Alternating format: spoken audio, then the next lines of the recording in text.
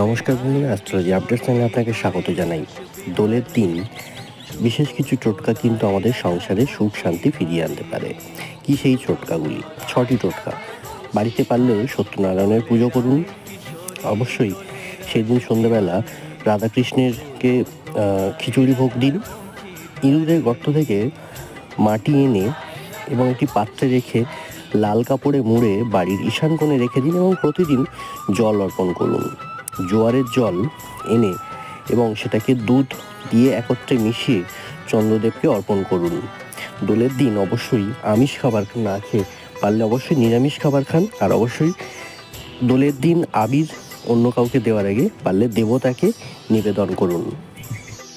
এই কাজগুলো করে দেখুন, দেখবেন জীবনে সুখ শান্তি অর্থ সব কিছু কিন্তু ভালো হবে। ভালো থাকুন, সুস্থ থাকুন, আর লাইক কমেন্ট শেয়ার করে সঙ্গে থাকুন।